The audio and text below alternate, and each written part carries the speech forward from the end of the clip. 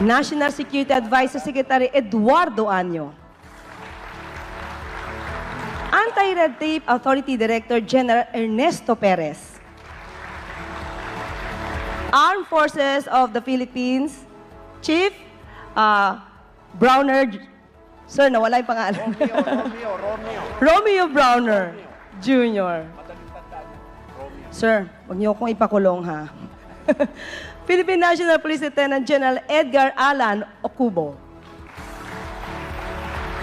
Yan, let's start. Para sa ARTA, madiin ang naging pahayag ng Pangulo tungkol sa paglaban sa korupsyon. Malinaw rin ang kanyang pag-promote ng digitalization of government services gamit ang eGov app. Ano ang ibig sabihin nitong mga pahayag na ito para sa inyong ahensya? At ano pa ang maaasahan namin mula sa ARTA kaugnay sa mga direktibang ito? DJ Perez. Maraming salamat, Yusek Claire. Sinimulan po ng ating mahal na Pangulo ang SONA the other day sa pagtanggap o pagkilala ng mahinaing ng taong bayan tungkol sa kakulangan ng serbisyo publiko. At ito po ay kanyang tinapos sa pamamagitan ng pag-utos sa lahat ng ahensya ng gobyerno na lalo pang paigtingin ang ating mga programa. Ang Anti-Red Tape Authority po bilang ahensya under the Office of the President, mandated to implement the National Policy on Ease of Doing Business, meron po tayong na-develop na digital-based platform which we call the Electronic Complaints Management System. Ito po ay maaaring makatanggap ng reklamo ng taong bayan 24/7 gamit ang artificial intelligence. At dahil din po sa kautusan na tayo mag-interconnect sa eGov.ph, ginagawa na po natin ito. Hindi lang po yon, lahat po ng programa at mga inisyatibo ng Anti-Red Tape Authority towards good governance, kagaya po ng Philippine Business Regulations Information System, Anti-Red Tape Electronic Management Information System, Report Card Survey, at ito pong CSM, no? Lahat po ito ng mga programa ay lalo pang mapabuti ang serbisyo ng bawat ahensya ng gobyerno. Kasama na po dito na magbibigay sa mga taong bayan na i-rate yung kind of services. Dito po sa Anti-Red Tape Dashboard na ating i-implement sa taong ito, lahat po ng taong bayan na mayroong reklamo, pwede po nilang gamitin itong dashboard na ito. At ang dashboard will also have access by the President, by government agencies. Hindi lang po ito isang digital-based platform. Ito po ay magiging monitoring system or control system center ng ating mahal na Pangulo. Dahil po dito sa dashboard, makikita po natin yung low-performing agencies at high-performing agencies. Makikita din po natin dito ano ang ahensya na maraming reklamo ang taong bayan. Dito din po makikita lahat ng mga proyekto na merong anomalya, merong question ng ating taong bayan. At dahil po dito, i-call out natin. Gagamitin po natin itong dashboard na ito, accessible for all to all public and private stakeholders. Ito pong dashboard na ito ay sinusuportahan ng ating mga kasamahan sa Chambers of Commerce, even our development partners. Dahil po dito open, at with the use of artificial intelligence, dahil po dito nakikita ang kabutihan ng platform na ito, nakatanggap po tayo ng proposal from the Tony Blair Institute, Bill Gates Foundation, upang lalo pang paigtingin ang programang ito. Kasama po natin ng Asian Development Bank. Pero dito, na-recognize po natin na ang ARTA po ay isang ahensya lang na nag-interconnect ng government agencies. Nare-recognize po natin yung lead agencies dito. Ang ARTA po ay isang ahensya na that has that unique mandate of interconnecting government agencies, that has the mandate to capacitate and enable government agencies, and at the same time enforce. And we have already resolved cases. Our resolution rate is almost 99%. The 1% cases that about less than 200, we referred it to the Office of the Ombudsman and the Civil Service Commission. Makakaasa po ang ating taong bayan na ang Anti-Red Tape Authority ay mabilis kumilos, makaka-resolve dahil po dito, ang ating resolution rate is at 99.77%. Maraming salamat po. Yan, maraming salamat po at DJ Perez. And of course, dapat hindi mag-atubili ang ating mga kabayan na magsumbong kung may ganitong mga klaseng anomalya. Yan, salamat po. At sa issue naman po ng droga at ilan pang illegal na gawain ang nabanggit ng Pangulo Sabi niya sa kanyang naging talumpati, sa lahat ng mga operasyon ukol sa droga, mahigit 153,000 ang naaresto. Mahigit 9,600 sa kanila ay high-value target.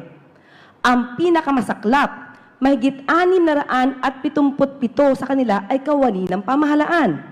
Mahigit 100 ay halal na opisyal, mahigit 50 ay pulis.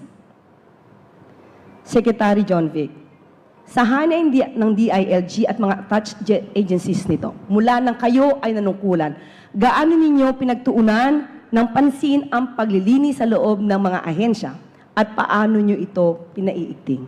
Well, nauna na nung bagong ubo pa lang ako, inuna namin yung mga nagbubodega na police ng drugs. Yung operation na yon, yung Operation Mayo, 50 ang pulis na pinakulong namin dahil kasama sila lahat ng holdover yan from 2016 to 2022. May nagkaroon ng institutional practice na kung makakahuli ng 100 kilos, ibobodega nila 90, isasabit 10. Para magkaroon sila ng accomplishment, kukuha ng sino man dyan nasa kanto, babarilin, maglalagay ng drugs, kukuha ng reward. Ayan ang naging sistema at kultura nung panahon na yon. Noong panahon ni Presidente Marcos, sabi niya, tigil na yan. Ang nangyari niyan, hinuli muna namin yung bodega. Wala nang reward system. So going from a consumption-based strategy in curtailing drugs, naging supply side ang kinuha namin. Just to give you an example, since the President, the national consumption, estimated consumption of methamphetamine in the Philippines is 16 tons a year. In the last 8 months, ang interdiction efforts ng PDEA, PNP, NBI, lahat ng ahensya natin, ay umabot na ng 6 tons. Correspondingly, umakyat ang presyo ng methamphetamine by 35%. It's now 6,800 pesos per gram street market value. Ano ibig sabihin yan? Nag-curtail na ang supply. Ang demand, kung lumilita rin, pero kaya tumaas ang presyo ng gusto. That is our aim. You don't only go for the consumption side, yun mga nahuli, but you go after the supply side. Kung makikita mo, out of that 6 tons ang nawala, umakyat rin ang presyo. So the drug war is working without killing anyone. Hindi kailangan patayin ang tao para manalo sa drug war. Kaya pala lumalabas din po kahit nung nakaraang administrasyon, hindi rin talaga nasasawata ang problema sa illegal na droga? Hindi kasi naging endemic sa kultura na Ayun yung nakasira sa kultura ng mga law enforcement agencies dahil ginawang reward side ang pagkuha ng droga. So, nilaro nila yung sistema. Kung may reward side, pinapalaki nila reward nila. Ngayon, wala tayong reward side, but it is just doing their job. And the President is very serious. Siya mismo ang doon sa pag-incinerate ng drugs. It's a record number of amount of drugs, pure, tested ng mga laboratories na sinunog at one single time. At every week, nagsusunog tayo. Hindi na tayo nagbobodega, diretsong sunog na. Maraming salamat po, Secretary Remulla, at patungkol dyan. Usapin tungkol naman sa pagpapalakas ng ating sandatahang lakas naman ang susunod na naging pahayag ng Pangulo. Patuloy tayo sa pagpapatibay ng ating kapulisan at sandatahang lakas. Ang mga armamento, sasakyang pandigma, at sandata ng ating kapulisan at sandatahang lakas ay patuloy na nadaragdagan. Angkop sa layuning modernisasyon at komprehensibong pagtatanggol ng ating mga kapuluan. Sec. Ibo, pwede niyo po ba kaming bigyan ng konting detalye patungkol po dito sa pahayag ng ating Pangulo? At kontra sa paniniwala ng iba na nahinto na raw ang ating mga modernization efforts. Hindi, tuloy-tuloy po ang modernization at lalo pa natin ninanais na bumilis ito. Kaya ang aming pakay ay sana maamyendahan din ng Kongreso ang modernization law ng PNP ng AFP dahil ito ay nakasalalay sa 15-year na horizon. At alam natin na nag-o-obsolete ang mga kagamitan in a much shorter time. Pangalawa, pinaghahandaan din namin ang mga kinakailangan na suporta katulad ng mga base ng mga kagamitan upang magamit yung mga bagong sistema na darating na na-order na noon kaalinsabay sa pag-order natin ng mga bagong sistema. Kasi nag-increase po ang area of operations natin at nagko-concentrate din tayo sa maritime domain. Yung karagatan natin na 2 milyong square kilometers. Sa katunayan, dun sa 6 na tonelada na nahuli, na katulong natin ang partner agencies, ang 1 tonelada doon, Philippine Navy ang nakahuli at tinurn over kaagad po sa ating mga partner agencies. Kaya ganun ka-importante na lumawak ang scope natin. So, ang pakay ng ating Pangulo, hindi lamang magbago or continuous na pagbabago, hindi pwede tayo bumili at hindi na magbabago yon. Dahil nagbabago ang anyo ng mga hamon na hinaharap natin. At tayo ay kailangan humabol sa ating mga nakikitang mga hamon. Kaya tuloy-tuloy po ito. At ito ay isang poste ng independent foreign policy. Sapagkat walang bansa sa mundo na may independent foreign policy na walang malakas na sandatahan. Kasi ang kapayapaan, ang independensya, hindi yan libre. Pinaglalabanan yan or pinaghahandaan upang walang tangkang guluhin ito. At ang pakay din po natin ay bigyan ng mas malaking espasyo ang ating Pangulo sa pamamagitan ng tinatawag na deterrence para makaandar ang diplomasya at ang ating iba't ibang security agencies. Pangalawa, katulad ng diskusyon natin po kahapon, ay sumasama ang mga tama ng disasters.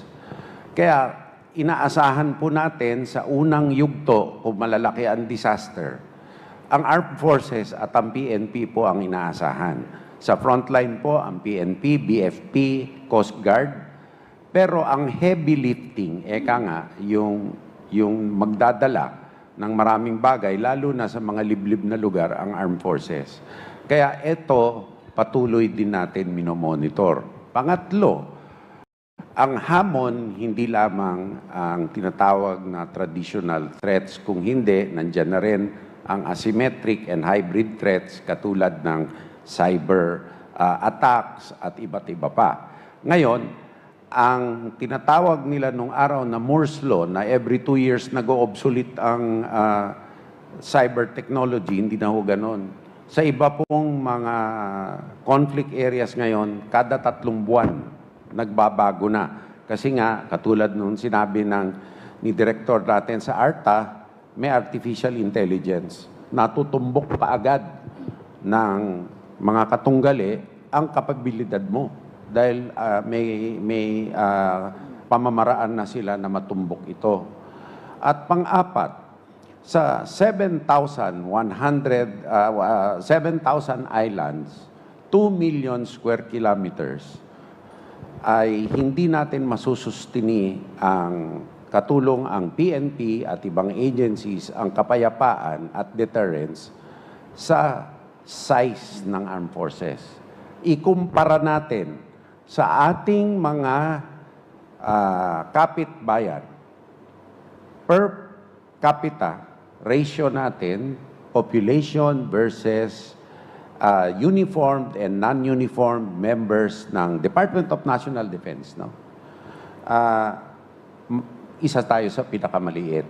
Ang kasundaluhan natin ay 162,000 lang. Ang kaalinsabay natin na bansa, katulad ng Thailand, 360,000 na yan, maliban pa sa pulis. So, kung kapayapaan, kapuluan, deterrence sa pinag-uusapan, hindi lamang kagamitan, kung hindi katauhan ang kailangan natin dagdagan. Masabi ko rin, hindi lang po ito ang mandato ng Department of National Defense, kung hindi ang pang-aalaga at pag-aaruga sa ating mga veterano. Sa ganung pamamaraan, ginawang priority project ng ating Pangulo ang paggagawa ng Veterans Health Service kung saan i-decentralize ang pagbibigay ng primary care at consultative care, telemedicine, reseta, blood transfusions, ang 15 na tinatawag na Valor Clinic na ikakalat sa buong Pilipinas at dadagdagan pa. Ang Veterans Memorial Medical Center na 1947 pa, kailangan ibagbagin at i-remodel dahil ito'y luma na. So, i-upgrade po ito. Ito'y magiging specialty and high-quality tertiary care center ng ating mga veterano. Ngayon, para naman ma-decongest ang ating mga hospital dahil marami po sa ating mga veterano humahaba ang confinement average dahil kinakailangan po nila ng hospice.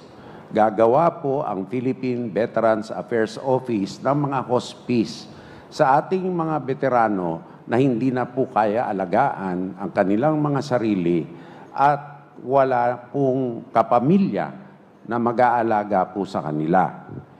Ang government arsenal naman, siya ang gumagawa ng bala at iba't iba pang mga monumento yung mga armas na kinakailangan natin, iminomodernize din po natin. And yung OCD po, na-discuss na natin kahapon, na bilin ng ating Pangulo, response. Anticipate potential disasters, bilisan ang response. Ngayon, itong ecosystem na to, enterprise ang tawag dito sa private sector, enterprise dahil maraming ahensya. Ang importante dito ang operational security natin.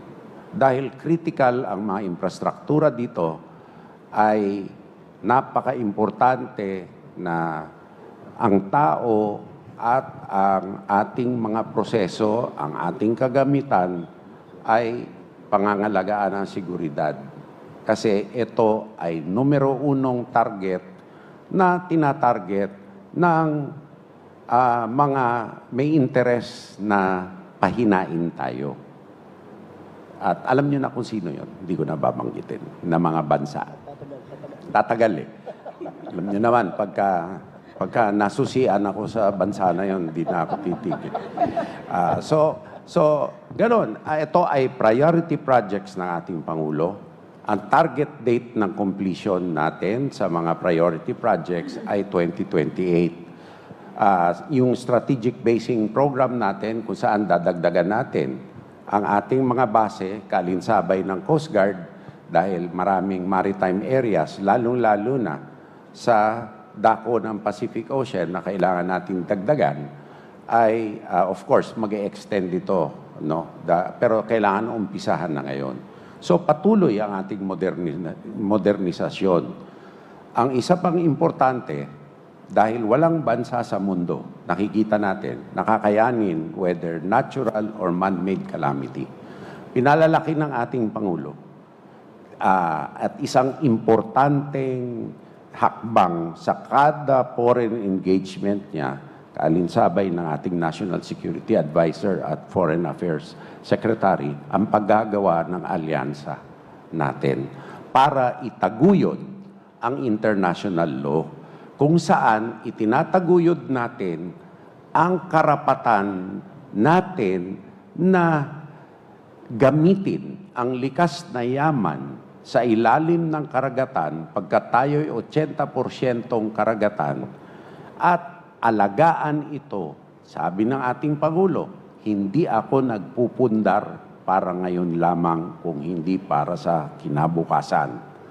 So, pinupundar natin to, pinangangalagaan natin to para meron tayong ipamamana sa mga Pilipino sa kinabukasan nila. Salamat. Salamat, Secretary Gibo. Nako, sa kinuwento po at ipinahayag ng ating Secretary Gibo, parang ang hirap maging D&D Secretary. Sa ilalim po ng pangunguna ng ating Pangulo, madali, lalong-lalo na po siya ang timon at may mga kasamahan po tayo na isang pamilya na suportado po namin ang isa't isa. Yan. So, i-follow up ko lang. Hindi pala pwedeng i-request lang na gusto kong maging D&D secretary. Tapos wala kang skills. Mahirap po yun, lalo na seguridad ang pinag-uusapan natin. Ayan.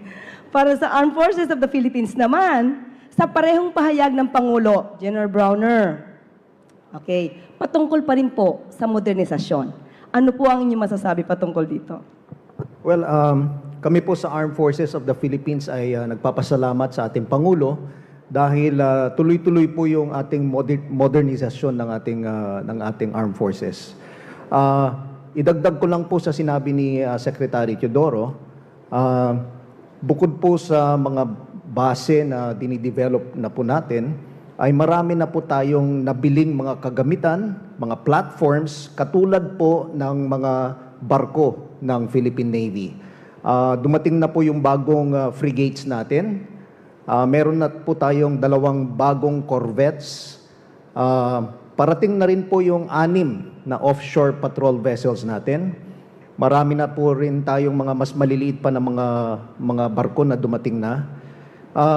Para sa Philippine Air Force naman po ay marami na po tayong Black Hawks.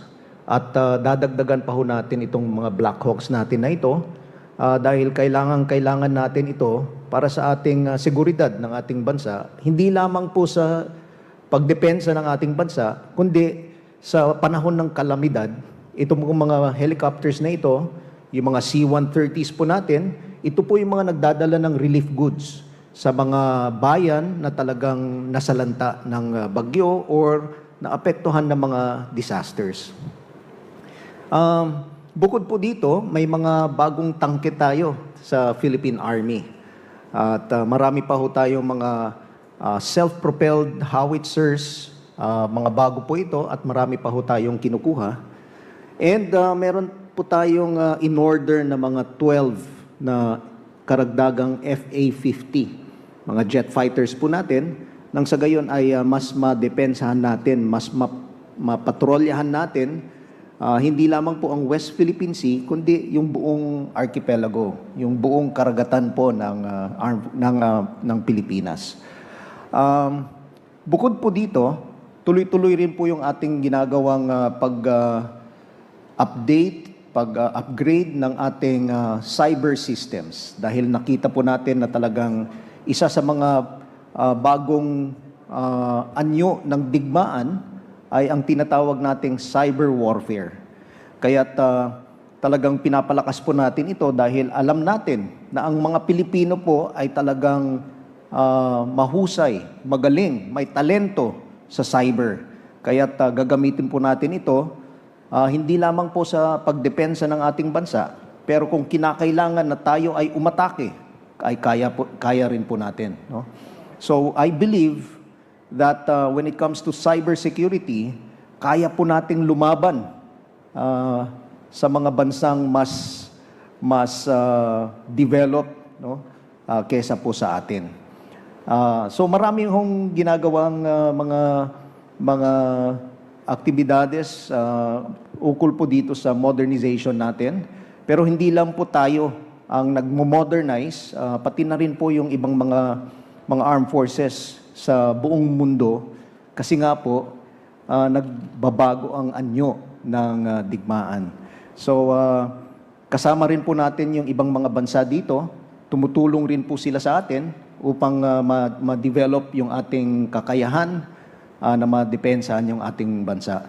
Gusto ko lang pong banggitin rin that meron po tayong programa, may programang ating Pangulo, yung tinatawag po nating Self-Reliant Defense Posture Program, kung saan po ay yung mga defense industry, local defense industry ay tinutulungan natin na ma-develop so that tayo na po dito sa ating bansa ang gagawa ng sarili nating mga gamit pandigma at pati na rin yung mga bala at yung mga kailangan natin ng mga supplies upang madepensahan natin ang ating bansa.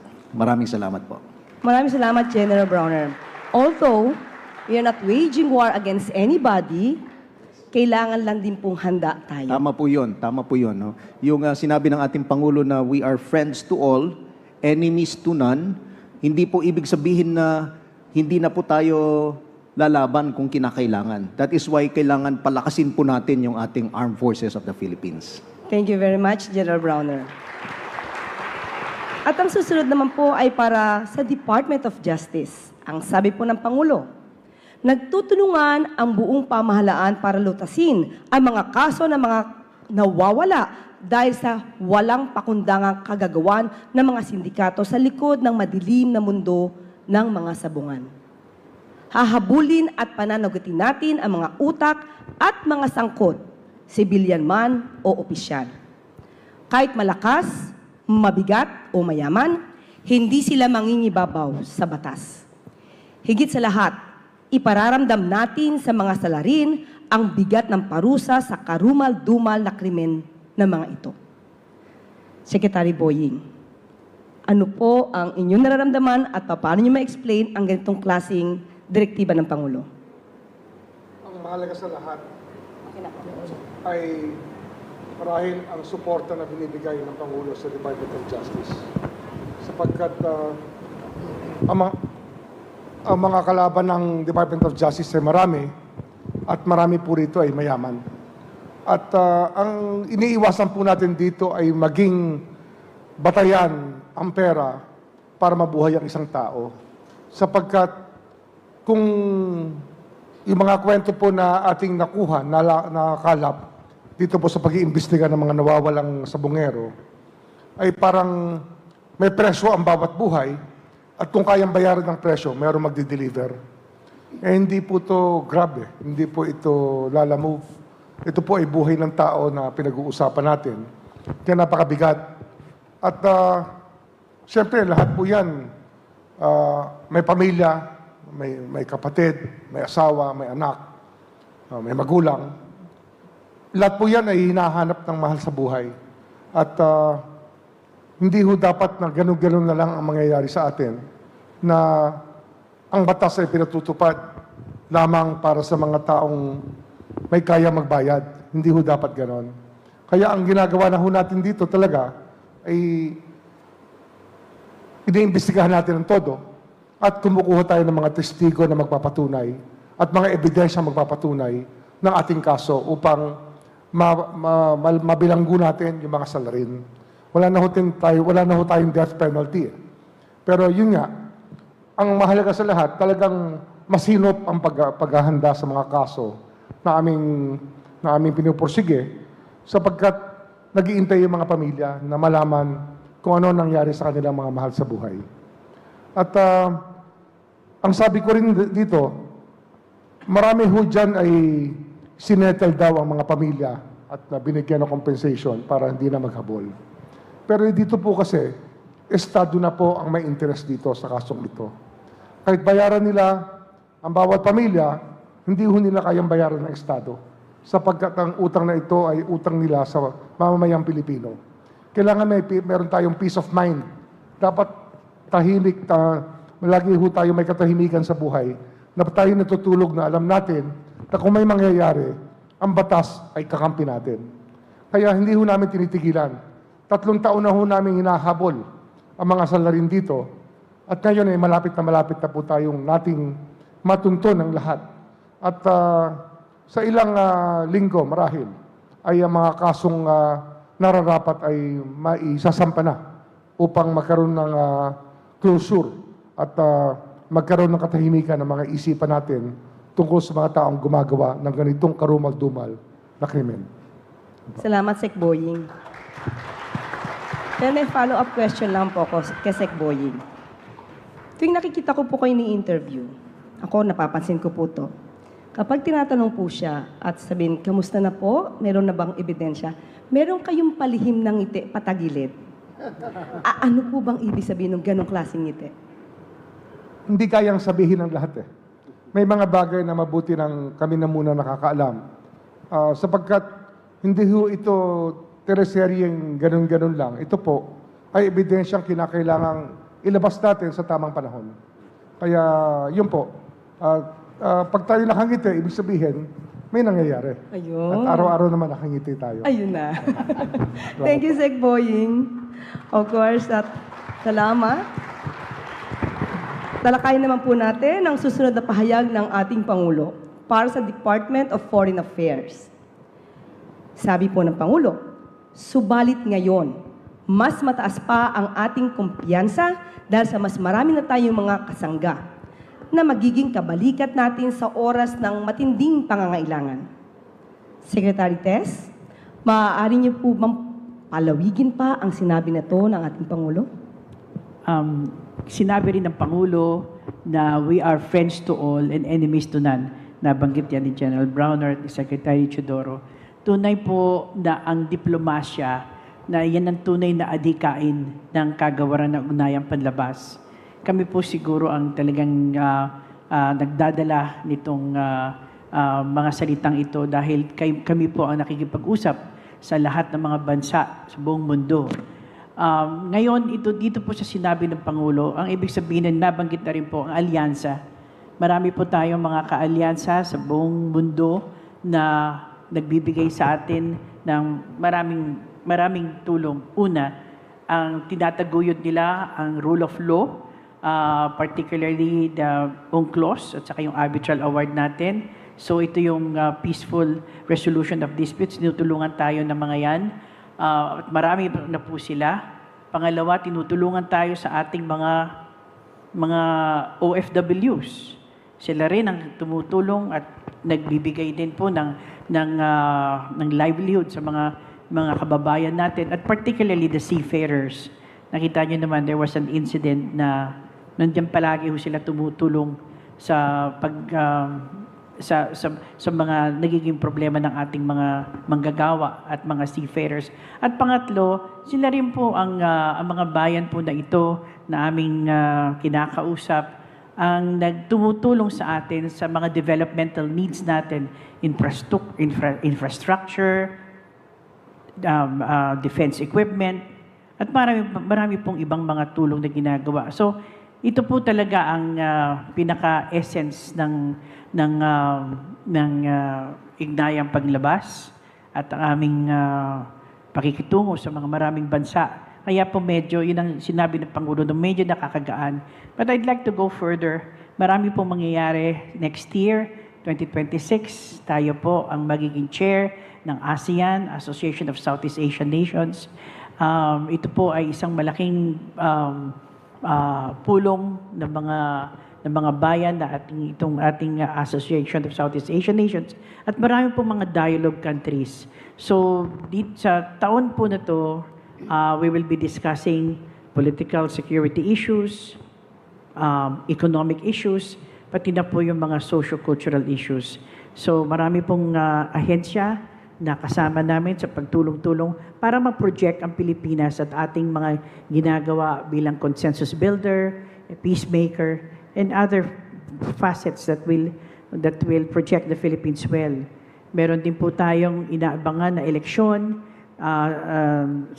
again next year, sa Hunyo po, tayo po ay magkakaroon ng botohan sa United Nations, whereby tayo po ay bidding for a non-permanent member of the Security Council ng United Nations. Pag nakuha po natin yung posisyon na yan, and plus the chairship ng ASEAN, this will be a very momentous occasion para sa bayan. This is now the projection of ang bagong Pilipinas at ang leadership ng Pangulo, among others. Thank you, Sec Tess. Pero alam niyo po ba, medyo mga kaibigan natin sa media ay masaya po kasi pagka may mga issues about foreign policies, foreign relations, mas mabilis tumugon ang DFA sa inyo pong pamumuno. Salamat po. At para naman po sa susunod na usapin, ito naman ay may kinalaman sa Office of the Presidential Advisor for Marawi Rehabilitation and Development. Ang sabi po ng Pangulo, magkakasangga ngayon ang AFP, PNP at mga dating rebelde sa pagpapanatili ng kaayusan at kapayapaan sa BARM. Secretary Pangandaman, ano po ang ginagawa sa hakbang na ito upang mapanatili ang kapayapaan sa BARM? Well, salamat, Yusek Pierre. tuloy-tuloy po talaga yung rehabilitation ng airports ng Marawi. At kakibat po rito is yung pagtulong-tulong ng iba't ibang ahensya, lalo na po ang Armed Forces of the Philippines at Philippine National Police. In fact, ito pong ginagawa nating rehabilitation efforts ngayon sa Marawi ay nabago po yung konsepto nito ngayon dahil nung una po right after the Marawi siege, ang humawak po ng rehabilitation efforts dito ay Interagency Task Force nung una. Medyo nababagalan po siguro ang ating mahal na Pangulo, kaya binago po niya yung approach ngayon dito. Ang ginagawa po natin ngayon is, ito pong rehabilitation efforts sa Marawi City ay hawak na po ngayon ng Office of the President. Dati po, Interagency Task Force siya, na hinawakan ng 35 ahensya ng pamahalaan. So ngayon po, na-streamline yung ating operations at ito po hinahawakan ngayon ng directly after being supervised by the Office of the President. So napapabilis po ngayon yung rehabilitation kasi ang sabi po ng ating mahal na Pangulo ay medyo matagal-tagal na rin po. No? Actually, ka-assume lang po natin last year at in-enhance po natin yung rehabilitation efforts sa Marawi. Kasi nakita po ng ating mahal na Pangulo na despite of the resources that were downloaded to these agencies, medyo mabagal pa siya. At meron pa pong mga ginagawa pa ngayon. So we are now addressing yung mga gaps po, yung mga hindi natapos, yung mga na-abandon ng mga proyekto, at saka yung mga proyektong hindi pa po naumpisahan. So ongoing po yung rehabilitation efforts ngayon. In fact, medyo nagtataka po ating mahal na Pangulo dahil bakit ganon kalaking resources ang nabuhos dito at hanggang ngayon medyo marami pang kulang. We are looking at a figure of probably around 43 billion that were downloaded to the Marawi rehabilitation efforts at medyo marami po tayong gagawin.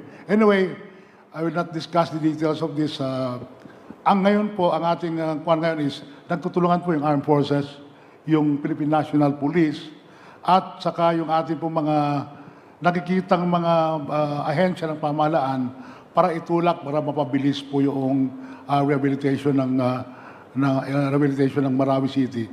At saka pangalawa, isa po sa direktiba ng ating mahal na Pangulo ay ginawa niyang mas komprehensibo yung ating rehabilitation. This includes yung compensation po na ang mga victims po nung nakaraang Marawi siege. So ito po yung mga biktima na dapat po tulungan natin through the Marawi Compensation Board. So yung Marawi Compensation Board ngayon is an attached agency na po ngayon ng aking opisina at tinutulungan po natin sila para mabayaran kaagad po natin yung kompensasyon ng mga biktima po ng Marawi siege. Ngayon nakatutok po kami ngayon po dito sa mga gaps, no? Yung mga gaps, ang sinasabing gaps, ito po yung malalaking proyekto sa Marawi rehabilitation na hanggang ngayon na hindi pa po natatapos. So anyway, I'm very optimistic po na with this approach, with this comprehensive approach, ay mapapabilis po natin yung rehabilitation ng Marawi. Unang-unang tinututukan po natin dito is yung tubig, kasi yung tubig po kasi isa po yan sa mga basic needs ng ating mga kababayan dyan sa Marawi kasi nadurog po talaga yung water system ng Marawi because of the siege. No? So, unti-unti po natin rehabilitate dyan at ako po yung natutuwa. At tinutulungan po tayo rito ng Armed Forces of the Philippines na dito po si Secretary Teodoro. At inuumpisahan at pinapabilis po natin na matapos yung bulk water supply project ng Marawi that will cater to yung mga residente po ng Marawi City. Of course, isa po natin tinututukan dito ay yung kuryente po, yung how we will be able to restore yung kuryente po dyan sa Marawi and hopefully, it is now a work in progress, hopefully by the next 4 or 5 months, ma-restore na po totally yung kuryente sa Marawi. Pangatlo, dahil po sa direktiba ng ating mahal na Pangulo, tinututukan po rin natin yung housing needs ng ating mga kababayan doon. Ongoing po yung mga housing projects natin doon. In fact, recently, bumisita po yung ating mahal na Pangulo sa Marawi. This was before the SONA of the President. At meron po siya mga direktiba na binitawan doon at ako po'y natutuwa na lahat po ng mga ahensya na nabigyan po ng direktiba ng ating mahal Pangulo ay tumutulong po ngayon para itulak ng unang-una, mabuksan po yung mga eskwelahan doon. So in the next few months, we'll be opening up yung mga school buildings po natin ginagawa ngayon. Meron na pong konting kulang doon. This will house mga more or less 10,000 students, Yusek Claire, no? 10,000 students na ito yung more than 200 classrooms. So pag natapos po ito pong ating mga bata na nag-aaral, ngayon po nakahouse sila sa mga temporary learning centers, doon po ito sa mga lumang mga palengke. Doon po sila nabisita po natin ng ating mahal na Pangulo ito at ang nagbigay po siya ng direktiba na dapat matapos kagad itong mga school buildings na to at para mailipat natin itong mga estudyante natin. Now, isa rin pong direktiba na binigay ng ating mahal na Pangulo nung pagbisita po niya ng Marawi City is dapat sabi niya ganoon, mabuksan niyo na yung Marawi City General Hospital. So, ako po'y natutuwa at gusto ko pong paabot sa ating mga kababayan, lalo na po yung ating mga kababayan sa Marawi na in the next few days, the President will be inaugurating yung Marawi City General Hospital kasi kailangan po talaga yung hospital dito.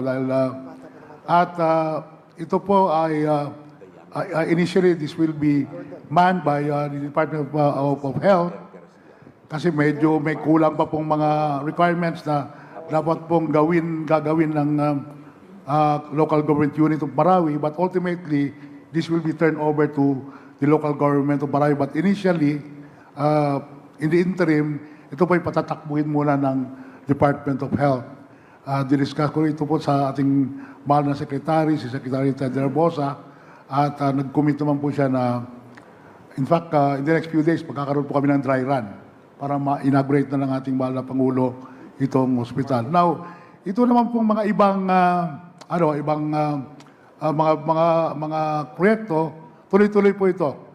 But inaasahan po yung mapapabilis po ito dahil ito nga po, ito'y hawak na mismo directly supervised by the Office of the President.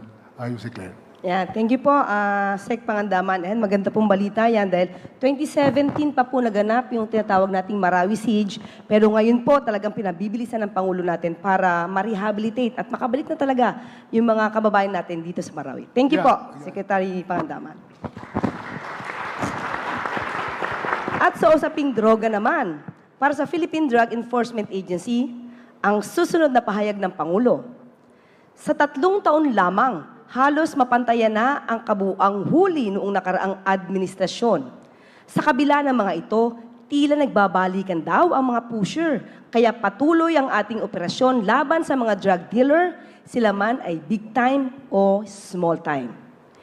Director General Neres, payapa at bloodless itong drug war ng ating Pangulong Marcos Jr. Paano naman nangyayaring halos mapantayan na ang sumatotal na huli ng nakaraang administrasyon? Nasa kalahati pa lang tayo ng termino. Ano ang iba sa ngayon na ginagawa ng PIDEA? Thank you. Thank you, Ma'am Claire. Yes, Ma'am Claire, ang estratehiya ng ating administrasyon ngayon ay pinaigting doon sa dating estratehiya ng ating administrasyon, yung nakaraang administrasyon. Ngayon, naka-emphasize po yung human rights, yung respect ng human dignity sa pagsagawa ng operasyon laban sa droga.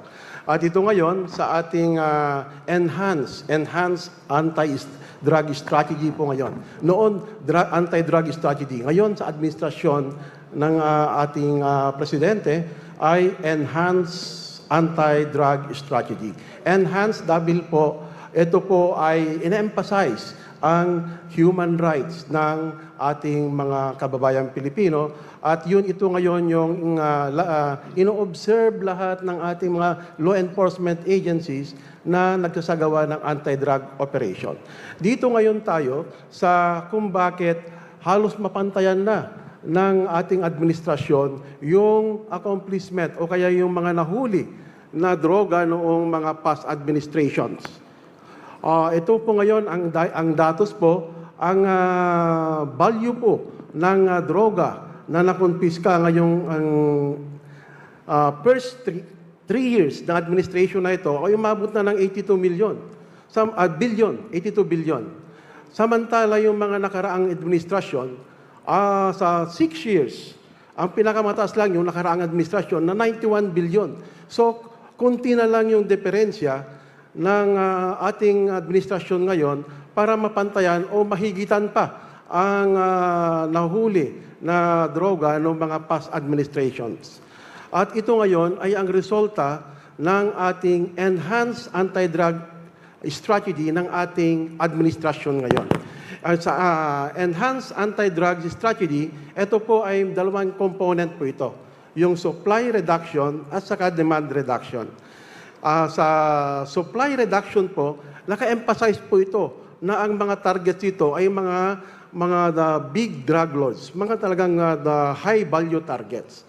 At dahil sa istrahiya ng ating administrasyon ngayon, ito ay napaigting ang samahan ng mga law enforcement agencies laban sa droga. Ito po ay nagdulot ng magandang samahan o kooperasyon ng ating law enforcement agencies like the PNP, the NBI, the Coast Guard, even the PPA, the Bureau of Customs, and of course, ang ating AFP. So, ito ngayon yung resulta ng enhanced anti-drug strategy na ang bunga ng ating effort sa supply reduction ay nakahuli ng the first 3 years ng ating administrasyon ng 9,686 high-value targets as compared do sa past administration na dun sa first 3 years nila ay nakahuli lang ng 7,754 HBTs or high value targets. So kung titignan natin, mas mataas mas marami ang nakuha ng ating administrasyon ngayon sa first 3 months na paghuhuli ng mga high value targets kaysa mga past administration. Kaya ito po ang explanation kung bakit ngayong first 3 years pa lang ay halos mapantayan na ang ating administrasyon nung mga nahuling droga nung mga past administrations during their 6 years term compared to the 3 years pa lang ng ating Pangulo. Magandang balita po yan. So ngayon po yung 9,800 something... 656 po. Oo. Na high value target na nahuli po, nakademanda na po ba ito? Oh yes po. At yun po yung ating ito po ay standard operating procedure sa lahat ng law enforcement agencies po na pagkayan may operation, may huli, ay kailangan ay isang guni sa departamento ni Secretary Boying Remulla para yan ay umusad ang hustisya. Yes. Okay. At isa pa po doon sa demand reduction po naman. Ang demand reduction, ito po yung whole of the nation approach na doon sa pagbaba ng demand ng droga. At ito ay tulong-tulong yung mga TESDA, nandyan na rin yung CHED, at saka DepEd, at saka lahat-lahat, DSWD. At ito ngayon, ang focus po nito ay para bumaba ang demand. At mababa ang demand dahil ang mga kababayan natin ay aware na. Alam na nila yung masamang dulot ng droga. Ayun po naman yung pakay ng demand reduction. Pero ang aming pong pakiusap, ito po laban sa droga ay hindi lamang po obligasyon ng ating gobyerno. Ito ay responsibilidad ng bawat Pilipino. Responsibilidad po nating lahat. Maraming salamat po. Thank you. And of course, maliban dyan, nakademanda na. Pero syempre, malaki pa rin ang obligasyon ng state prosecutors, ng public prosecutors, para talaga sila ay maparusahan. Kasi minsan, syempre, sir, pag high value target, magagaling yung mga lawyers niyan. Kaya na po, yan na po, sa kagalingan na po yan ng DOJ. Thank you po. Thank you. At muli, maraming salamat, DG Neres. At para naman sa National Security Council, ang libo-libo mga nag-alsa dati laban sa pamahalaan, nagbagong buhay na at nagbabalik loob na. Tinataguyod natin kasama ang kanilang pamilya, katuwang ang pribadong sektor, pinapaunlad din natin ang kanilang pamayanan at naglalatag tayo ng mga daan, patubig at marangal na hanap buhay. Secretary Anyo, kumusta naman po ang kalagayan ng mga nabanggit ng Pangulo sa kanyang pahayag? Maraming salamat, Yusek Claire. Unang-una, yung tagumpay na ito o milestone ay ating nakamit dahil sa whole of nation and whole of government approaches sa pamamagitan ng National Task Force to end the local communist armed group. Ang NTF-ELCAC na mismong pinangungunahan ng ating Pangulong Ferdinand R. Marcos Jr. Itong NTF-ELCAC ay isang interagency task force na binubuo ng mga iba't ibang ahensya ng ating pamahalaan, local government units, pribadong sektor, pati mismo yung mga tao sa komunidad.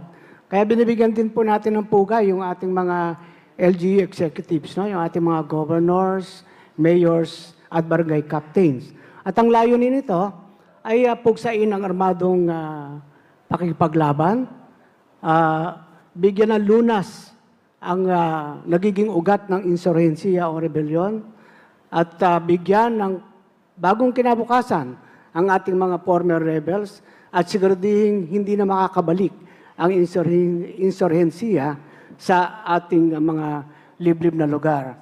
At sa pakikibaka, na armadong pakikibaka, karamihan po ng mga naging miyembro dito ay nalinlang lamang.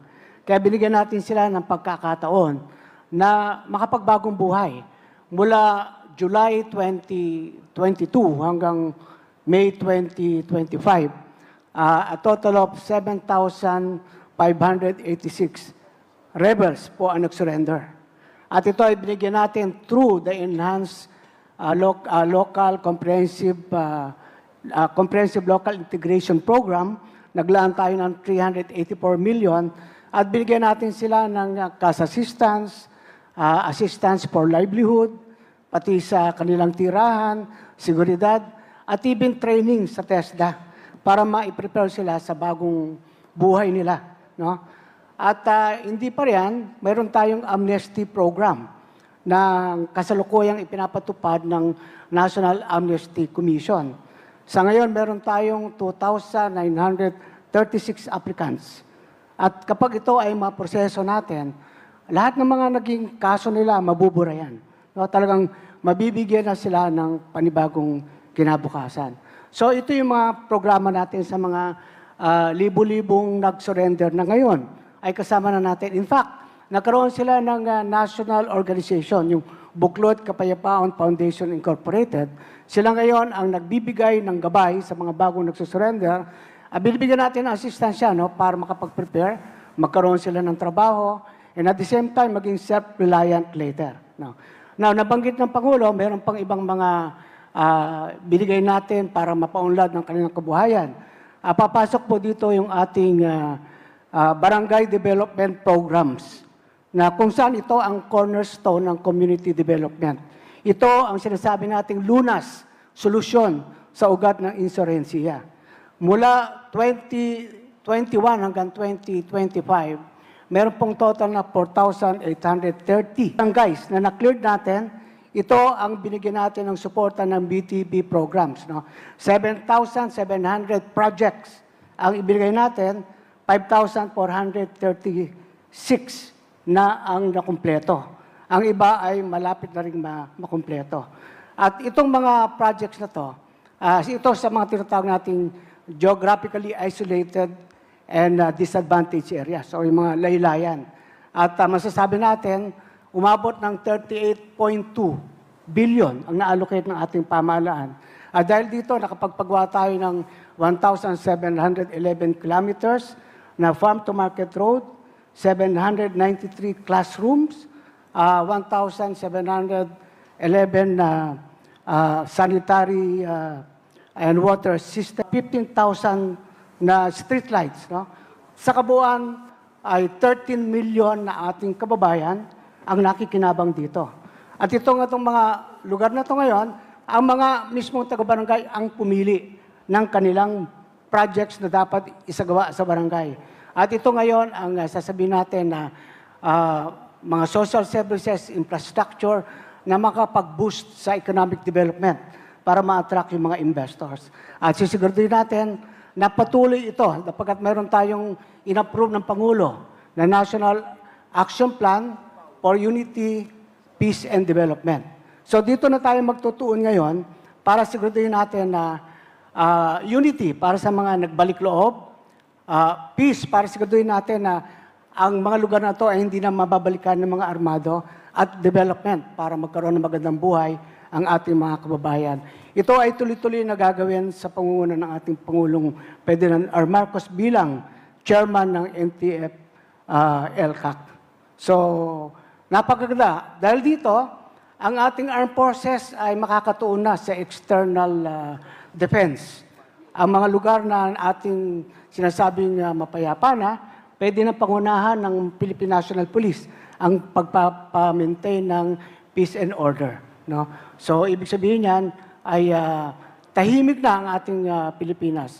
Yung dating 89 guerrilla fronts, ngayon ay wala ng aktibong guerrilla fronts sa ngayon. At mabibilang mo lang sa daliri ang natitirang armado, siguro, no?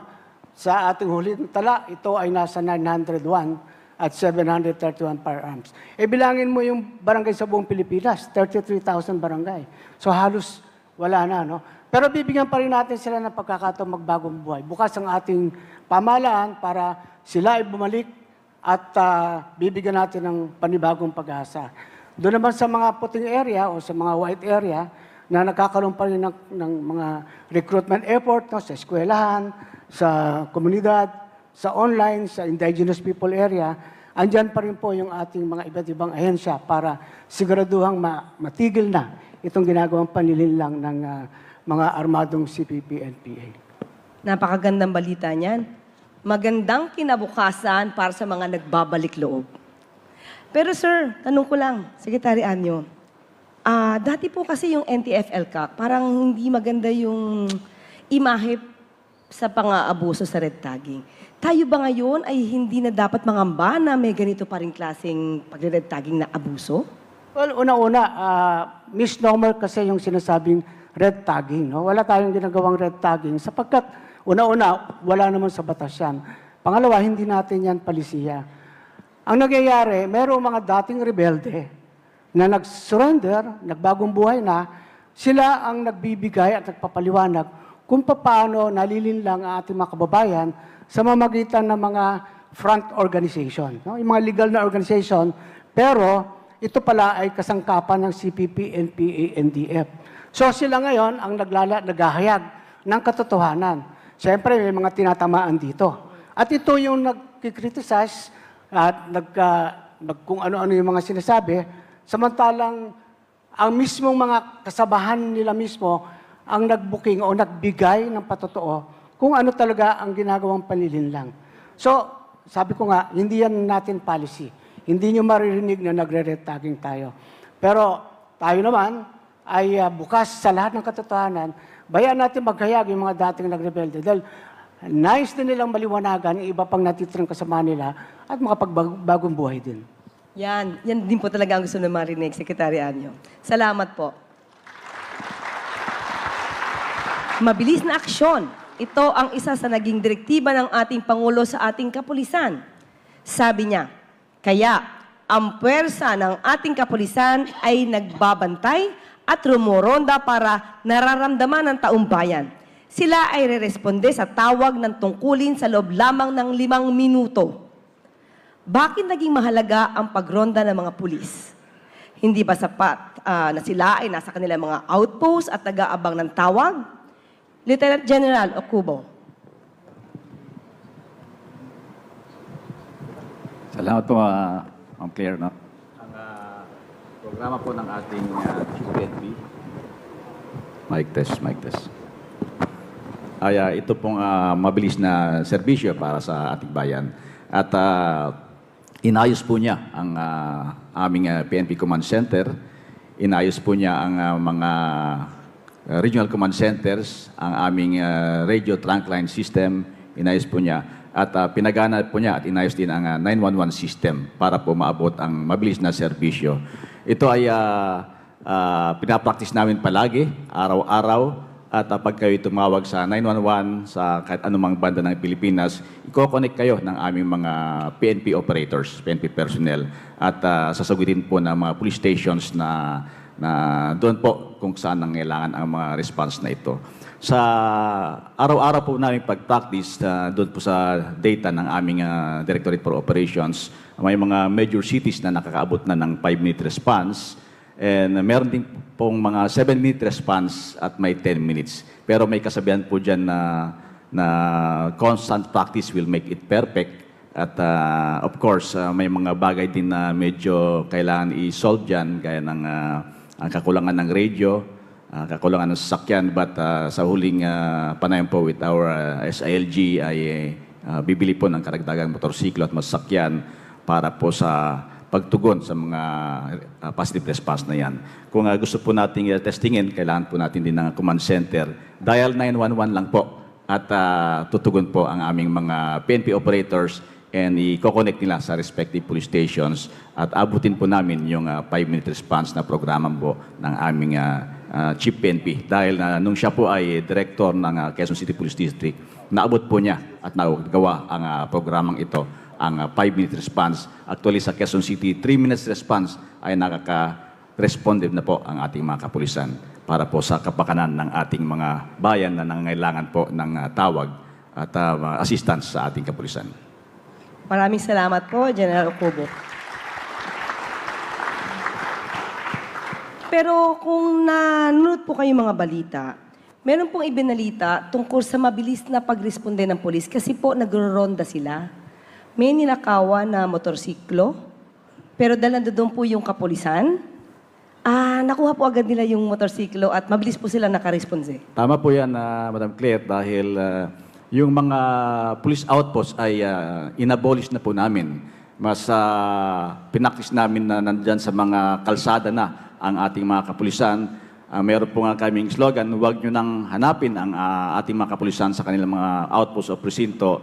Sa telepono pa lamang ay nandyan na po kami. Mas nakikita po kasi natin na pag ang mga kapulisan ay nasa labas at nagro-ronda at meron silang tinatawag na concentric ring of circle of jurisdiction, naabot agad nila yung mga tawag na police assistance na dumating sa kanilang mga radio at telepono. And at the same time, sa mga immediately na nangailangan ng police assistance at napadaan o nakikita nila nagro-ronda ang police, natatawag po nila, napupuntahan nila agad, kaysa po pupuntahan pa at hanapin ang ating mga police outposts o mga presinto.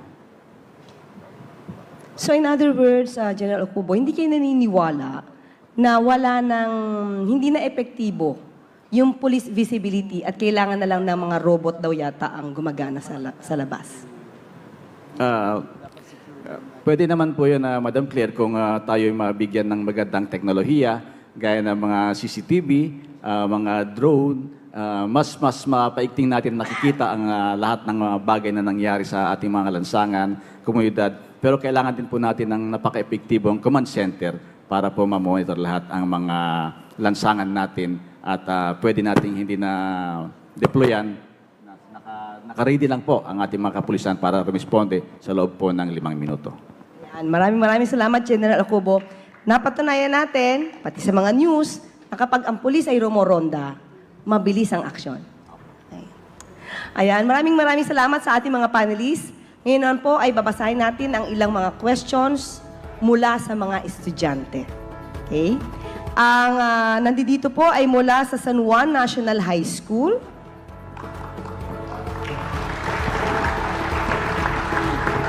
At ang unang katanungan ay mula kay Carlene Gabion. Nasaan si Carlene? Si Carlene. Nako, Carlene, mukhang kailangan nating susian si Secretary Gibo sa tanong mo. Okay? Secretary Gibo, kung sinasabi pong friend to all enemy to none ang polisiya ng ating foreign relations?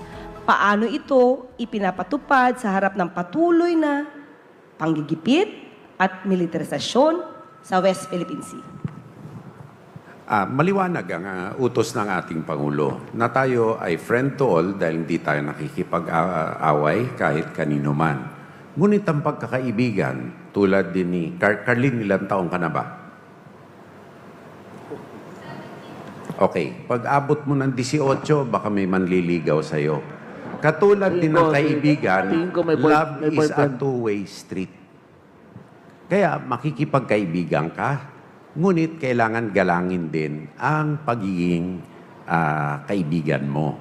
Ngayon, ang sinasabi ng ating Pangulo, bukas tayo, basta ang pagkakaibigan ay base na kinikilala ang ating mga karapatan, ating kasarinlan, at hindi inaabuso ang likas na kabaitan ng Pilipina at ng Pilipino para mga abuso, lalong-lalo na kung ang ikinakalat o ang itinutulak ay walang basihan. Kaya ang leksyon, pagka may manliligaw sa iyo, Carlin, ganun din, suriin mong mabuti kung ang intensyon ay kapuri-puri at karapat-dapat sa iyo bilang dalagang Pilipina.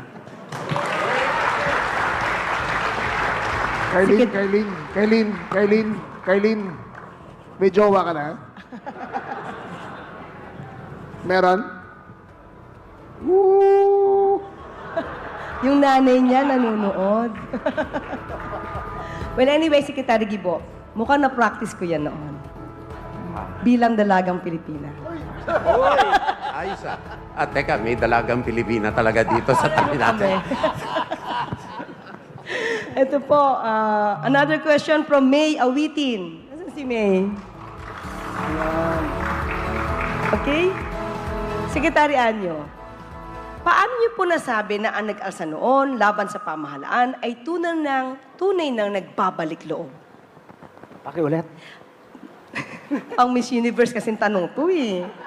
Paano niyo po nasabi na ang nag-alsa noon laban sa pamahalaan ay tunay nang nagbabalik loob? Una-una, nakikita natin yung sincero sa kanyang loob talaga na magbalik loob. Una-una, alam mo kasi dyan sa kilusan, no? Meron tinatawag dyan na coercion, na kapag naging miyembro ka ng partido, sasabihin nila na kamatayan lamang ang pwede maghiwalay sa'yo at sa partido. So, ibig sabihin nun, pag nag-surrender, kasama na yung peligro sa buhay. Kaya mabigat na desisyon para sa isang miyembro ng armado sa pag-surrender. At yon ang binibigyan natin ng paliwanag sa kanila sapagkat hindi totoo na kamatayan lang ang pwedeng maghiwalay sa kanila sapagkat marami nang nag-surrender pero hindi sila namatay. Nagkaroon sila ng magandang buhay. At sa mga programang ginagawa natin, ay nakikita rin natin, na-obserba natin yung kilos nila at galaw nila at talaga napapatunayan na sincero sila. Kasama, lalo na pag sila ay nagbagong buhay na, pag surrender nila, kasama yung pamilya, yung magulang, sa paghanap ng ugnay na dito sa government kung paano sila makapag-surrender. Meron pa rin mga ibang ilan-ilan na bumalik sa kilusan pagkatapos pag-surrender. Pero abot-abot ang pagsisisi na nangyari. Sapagkat ang nangyari ay namatay lamang sila sa mga engkwentro. No? Katulad nung nakaraang linggo, nagkaroon ng engkwentro sa Masbate. 7 NPA ang nasawi dito sa engkwentro sa Masbate laban sa Armed Forces of the Philippines. Sayang ang buhay nila. Mga bata pa naman ito. Kaya nga lalo na ang mga nakikinig sa atin dito ay mga estudyante. Kailangan ay maging maliwanag ang pag-iisip natin at doon lamang tayo sa kung ano ang totoo. Salamat, Secretary Anyo. Secretary John Vic or Secretary Gibot, ito po ang katanungan. Kanina na pag-usapan natin kung ikaw'y nililigawan o meron kang boyfriend. Ito po bang nag-aalsa nag-aalsa baluta na asawa, paano nyo malalaman kung totoong nagbabalik loob sa tunay na asawa?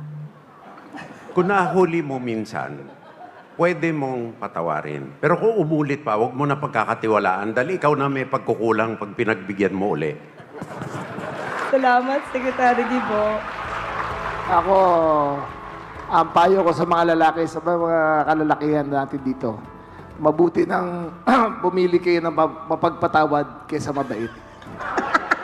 Para klaro, no? Umili kayo ng sundalo. Mapapagkatiwalaan. Sige na rin, pulis na rin. Pwede na.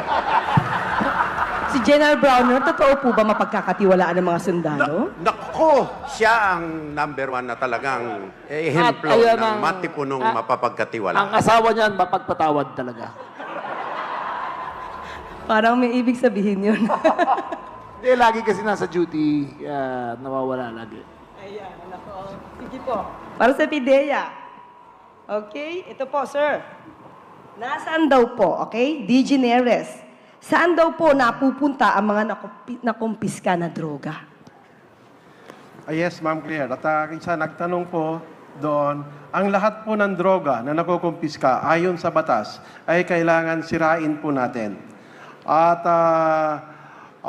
ito ngayon, ang kwan po, yung requirements kung bago natin sirain, ito kasi, pagka tayo ay nakahuli ng droga at may naaresto, kailangan pa natin mag-file ng kaso. At hindi natin pwedeng sirain yon kung wala yung court order, yung order ng court para i-destroy yung nakuhang droga. At yung naman droga na sabihin natin walang nahuli o kaya sinurrender lang sa mga law enforcement agencies, ang kailangan lang po yun para masira natin, sirain natin, ay sertifikasyon lang na galing sa PIDEA. At yun po ang ginagawa ng ating PIDEA, yun po ang ginagawa namin in coordination with other law enforcement agencies like the PNP at saka yung NBI, dahil ang PNP at saka NBI, meron din silang mga laboratories. At ngayon, with close coordination, with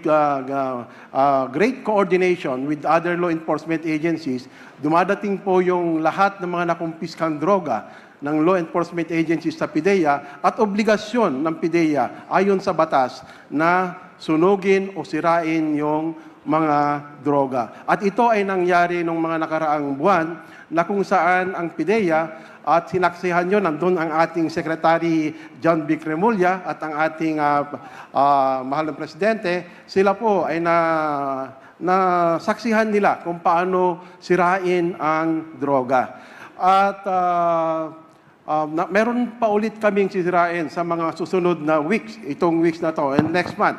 Kasi kailangan sirain natin ito para wala na yung temptation na ibalik pa doon sa ating lansangan. At ito ay ayon sa batas na dapat sundin ang nakalaan sa batas na lahat ng mga kukuhang droga ay dapat sirain. Ma'am, padagdag lang po doon. Yes, Section Vic. Yung dati po naging sanayan, basta po makakuha ng droga, nire-recycle sa market. Kaya hindi nag-iiba ang presyo ng droga. So yung anong po pasok, ganun pa rin. Ngayon po, may sistema na within so many days ay may destruction kagad. Wala na pong recycling ng drugs ngayon sa Pilipinas. So, yan, magandang balita yan. At mukhang nawala na rin ang Ninja Cups. Ano na po? Nawala na rin ang Ninja Cups. Nawala na po. Ayun ang sinigurado namin. Napakagaling po ng ating kampiyon na si Nick Torre na sinisigurado niyo po na wala ng Ninja Cups. Salamat, Section Vic. Yung kanina palang tanong patungkol sa kung nasaan yung nakumpiska na droga ay mula kay Maria Angelica Arellano. Ayan, si Maria Angelica Arellano. Sa kanya po galing yung tanong. At least alam niya na kung sino siya. Ma'am, talaga within so many days, sa Kapas po, laki ng isang... Gano'ng kalaki yun, sir, yung destruction facility natin? Yung incinerator? Yung capacity po nun, sir, is aabot na mga 10 tons. 10 tons. Ano po yan? Kung under 700 degrees of heat for 12 hours, ginigiling po talaga yung drugs na yan. Tapos it takes another 12 hours to cool down. Tapos titignan yung abo, itetest ulit sa laboratorio kung may drug component pa siya. So it's a very thoroughly scientific drawn process na sisigurado namin na madidestroy talaga lahat ng captured drugs. Bigyan lang natin ng konting minuto sa Sec. John Vic. Pakipaliwanag po yan. Kasi po, di ba lumabas po sa news, ito'y positibo na droga. Nung sinunog, after sunugin, sinabi hindi na siya positibo sa droga. Yung ibang mga fake news peddlers, itinitwist po yung kwento. So, pakiliwanag nga po yan, Sec. John Vic. Siyempre po, under extreme high heat, 700 degrees. 12 hours po, gigiling yan. Iikot po yung parang tumbler ho siya na mainit. After 12 hours of intense heat, magiging abon na lang yan. The chances of there being methamphetamine still, molecules lang ang hinahanap natin, after 12 hours is almost zero. Pero tetestingin pa rin natin yun. So, it came in positive. May videos tayo na nag-positive siya sa mga vials, nilalagay doon, at after yung ash iti-test, it comes out negative. Kasi sabi nilang, wala kami nilagay na drugs doon. Next time, sumama kayo at kung gusto nyo makita talaga lahat ng proseso, it is open to the public para makita nila. Open to scrutiny. Yes, TG Neres. Yes, Ma'am Claire. Tama po yung kwan po. Kasi po yung kwan po, lahat ng mga klase ng droga, yung shabu or even cocaine, ang kaya lang nilang sustain na heat is hanggang 300 degrees Celsius lang. Kaya yung doon sa destruction facilities sa Tarlac, yun po ay umaabot ng 750 Celsius. And after na maging abo yan, yung mga chemists po natin, itetest ulit on the presence of methamphetamine o cocaine, yun po yung proseso. Para masigurado natin na totally useless yung ashes na po doon. Yun po yung doon. At sabi nga ng ating secretary ng SILD, si Sir John Vic, you are welcome. At meron ulit kaming destruction po, mga second week of August. Ilang at kilos 2.5 tons ang nakakuan po para destruction this coming August. Actually, sir, gusto kong pakumbidan yung sa pagsusunog, yung isang journalist. Ibubulong ko Huwag mo naman susunugin. sino. Hindi pwede sunugin yung... Hindi yung journalist. Bawal yun. Bawal yun. Kukumbidahin lang natin para manood siya. Yan. Okay, Kasi binibigyan niya ng twist yung kwento tungkol to. Sama mo. Pero hindi natin siya ipapasok sa Opo, hindi sa natin sasama. Okay. Ibubulong ko sa inyo kung sino. Okay. Okay. Ay, okay na po. Yun. Kuha niyo na ako sino. Okay. Maraming salamat sa inyong pakikilahok. Bilang pagtatapos sa session natin ngayon. May plug lang po si Sec Gilbert. Okay, sige po. Yung sinabi mo sa akin kanina, magpo-produce po siya ng sine ng The Nick Torres Story. Naghahanap po kami ng leading man na kamukha niya eh. So, baka may volunteers yan. Magkano talent fee, Sec Gilbert? Ano yan? Naka 15 million siya, so 10%, 1.5 million or 1.6 million. Dodoblehin yung para sa leading lady.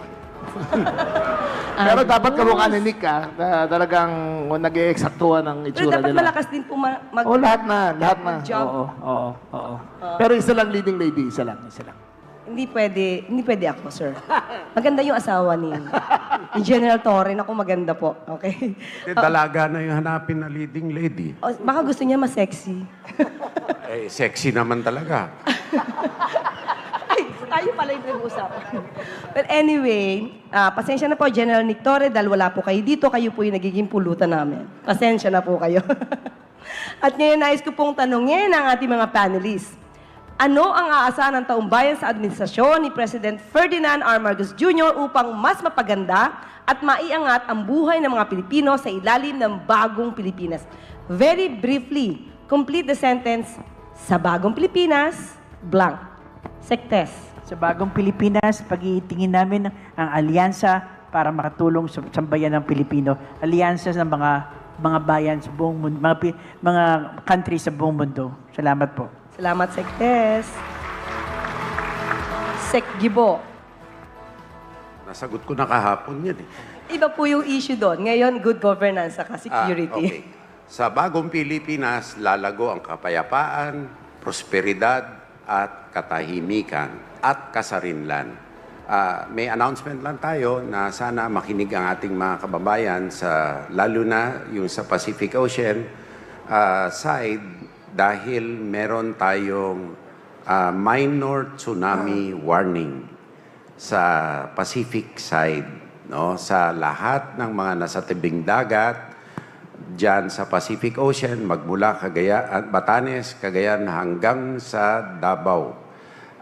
Kung merong babala ang ating mga local officials na umakyat tayo sa high ground, huwag po tayong magdadalawang isip na sumunod kaagad dahil buhay po ay maring masawi ang mga tao. No? So pakinggan po natin ang ating mga local officials. Kanina pa po namin dinidisseminate ito, ngunit gagamitin ko na itong okasyon na to upang magbabala na may possible tsunami warning tayo, malalaking alon sa Pacific Ocean. Salamat po. Yan ang maagap na bagong Pilipinas. Salamat po, Secretary Gibo. At doon po sa mga kababayan natin, wag na po kayong magdalawang isip, wag masyadong pasaway. Pag may announcement po ang mga lokal na official po natin, sumunod na po tayo. At Sec. John Vic. Sa bagong Pilipinas, at sa mga abangers, within 1 day before, alam niyo na kung walang pasok, at within 5 minutes, darating na ang pulis, bumbero at ambulance sa inyong bahay kung may emergency kayo. Maraming salamat, Sec. John Vic. Sec. Anyo. Sa bagong Pilipinas, ang lahat ng ahensya sa ilalim ng NTF-ELCAC ay pananatilihin na walang karahasang magaganap anumang panig ng ating bansa upang magkaroon ng pagkakataon sa ating economic development.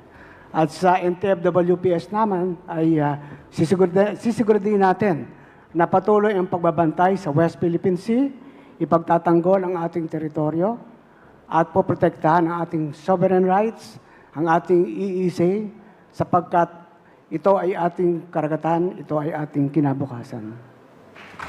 Thank you po. Sec. Pangandaman. Sa bagong Pilipinas po, makakaasa ang ating mga kababayan sa Marawi City na mapapabilis po yung ating rehabilitation dyan sa Marawi City at ating pong tinitingnan dito, mabigyan po natin sila ng sapat na kabuhayan para po masustain natin yung efforts dyan sa Marawi City. Maraming salamat po. Thank you po. DG Ernesto Perez. Sa bagong Pilipinas po, bawal ang tamad, nakasimangot, at korap na public officials. Sabi po na ating mahal na Pangulo, sa mga korap na public officials, mahiya naman kayo. Sa ating mga kababayan, wag na po nating antayin mahiya sila dahil marami pa rin pong mga korap public officials na walang ya. Isumbong po niyo sila, iarta po niyo sila at makakaasa po kayo na isang mabilis at magandang serbisyo publiko. Maraming salamat po. Maraming salamat, DG Perez. Secretary, or rather, DG Neres. DG Neres. Thank you, ma'am. Sa bagong Pilipinas, asahan niyo ang pinaigting at malakas na laban sa droga para sa mapayapa at masayang Pilipinas. Thank you po, DG Neres. General Okubo. Sa bagong Pilipinas, ang gusto ng pulis,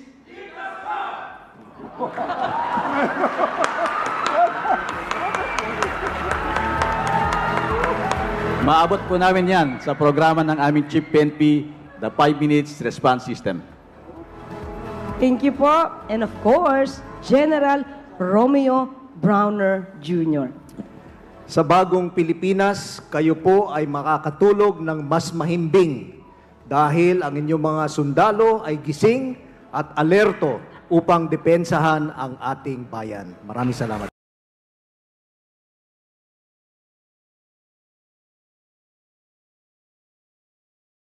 Sa 2025 post-SONA discussions.